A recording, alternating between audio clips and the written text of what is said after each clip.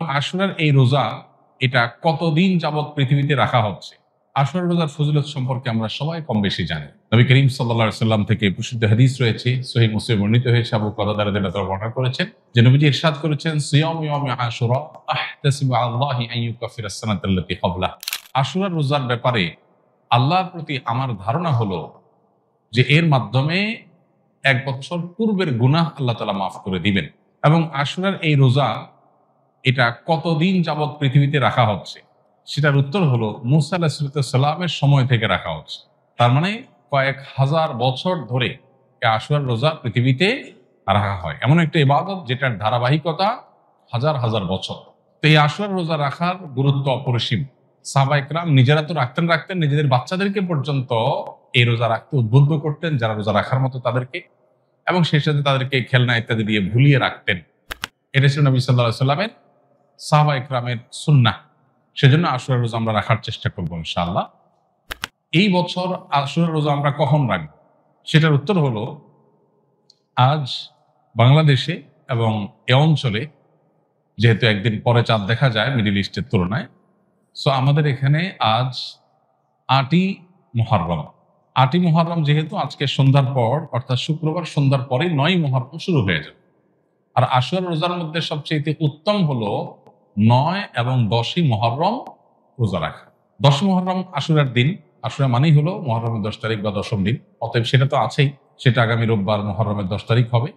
শনিবার দিবাগত রাতে সারিখে আমরা মূল রোজা আশুরার রোজাটা রাখবো ইনশাআল্লাহ। আর সাথে ৯ তারিখকে প্লাস করে রোজা রাখলে সেক্ষেত্রে আজকে দিবাগত রাতে আমাদেরকে সারিখে আগামীকালকে শনিবার রোজা রাখতে হবে, অর্থাৎ ৯ এবং ১০।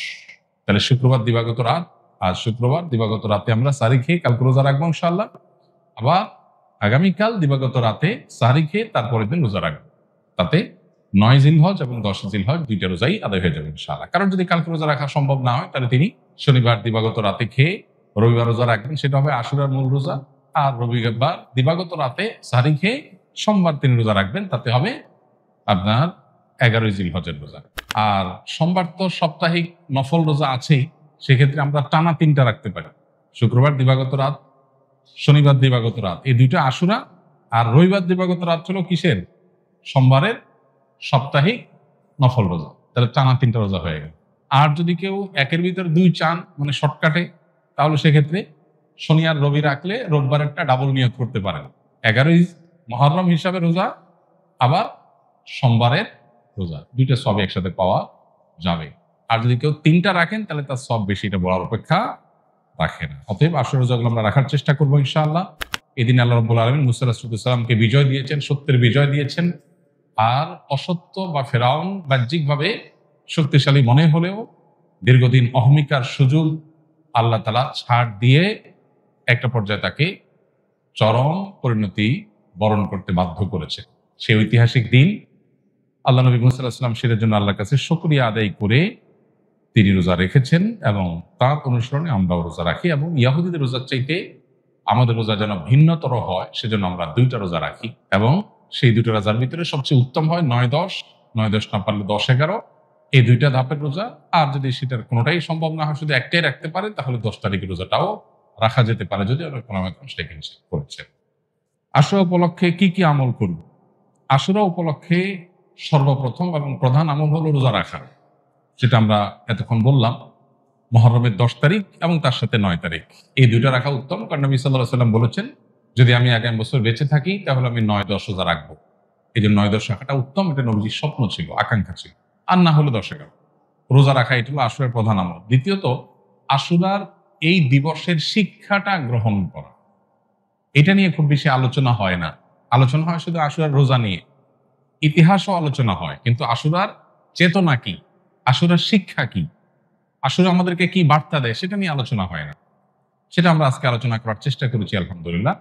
অতএব আশুরা উপলক্ষে প্রতি বছরই আমাদের এই শিক্ষাটা ধারণ করা দরকার যে সত্যের বিজয় হবেই হবে, 2 দিন আগে আর 2 দিন পরে। আর অসত্য এবং বাতিল লাঞ্ছিত, অপমানিত, পরাজিত, নিমজ্জিত হবেই হবে, সেটাও 2 দিন আগে বা পরে। ফেরাউন শক্তিশালী ছিল, ফেরাউন ক্ষমতাবান ছিল, জালিম ছিল, তাই বলে তার পক্ষাবলম্বন সত্যের অনুসন্ধানে মানুষরা করেনি।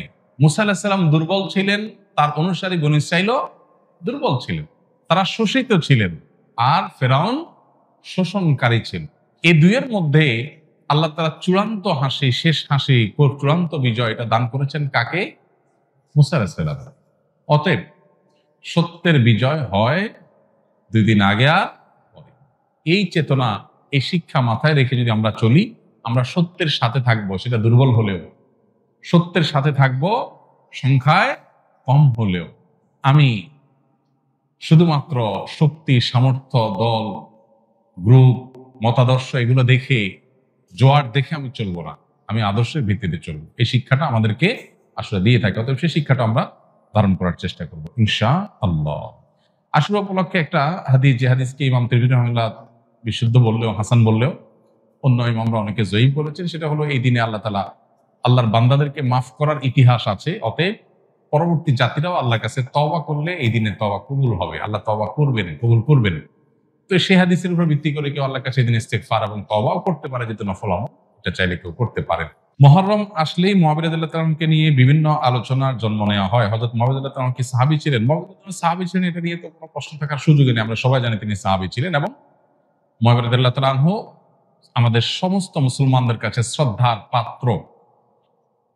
সাহাবীদের সমালোচনা করতে নবী সাল্লাল্লাহু আলাইহি ওয়াসাল্লাম পরিষ্কারভাবে নিষেধ করেছেন। সাহাবীদের সমালোচনা করা, তাদেরকে গালমন্দ করা, এই গালমন্দ করতে নবী সাল্লাল্লাহু আলাইহি ওয়াসাল্লাম নিষেধ করেছেন।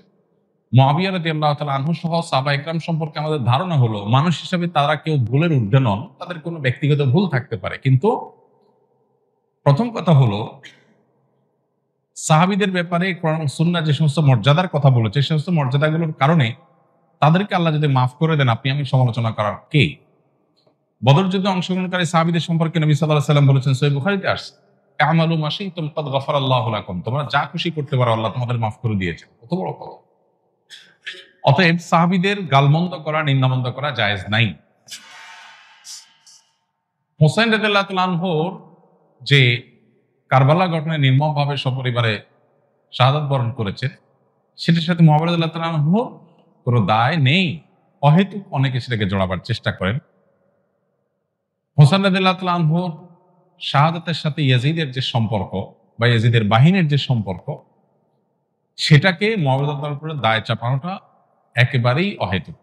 হ্যাঁ, মুআবিয়া রাদিয়াল্লাহু তাআলা আনহু তার ছেলেকে দায়িত্ব দিয়েছেন, দায়িত্বে রেখেছেন, এটা তার ইজতিহাদ, এটা তার ভুল, এটা তার গবেষণা, এটা ভালো হতে পারে, হয়তো বা বাস্তবে সেটা ভুল হতেও পারে, কিন্তু এটা গবেষণা। গবেষণাগত ভুলের জন্য কেউ কোনো মুস্তাহিদ সমালোচনার যোগ্য, গালমন্দ অন্তত করার উপায় বা সুযোগ থাকে না। বিধায় মুআবিয়া রাদিয়াল্লাহু তাআলাকে নিয়ে আমাদের ধারণার পরিবর্তন হওয়া উচিত। আমাদের সমাজে দেখা যায়, মুহররমের 10 তারিখ আসলেই অনেক রেডিও চ্যানেলে, অনেক মিডিয়াতে মুআবিয়ার সমালোচনা করা হয়। এটা সুস্পষ্টভাবে শরিয়ার লঙ্ঘন, নবী সাল্লাল্লাহু আলাইহি ওয়াসাল্লামের হাদিসের লঙ্ঘন। একজন ঈমানদার সেটা করতে পারেন না। পুত্রের কোনো কর্মকাণ্ডের জন্য গণহারে বাবাকে দায়ী করা, এটা একেবারেই অনুচিত কাজ।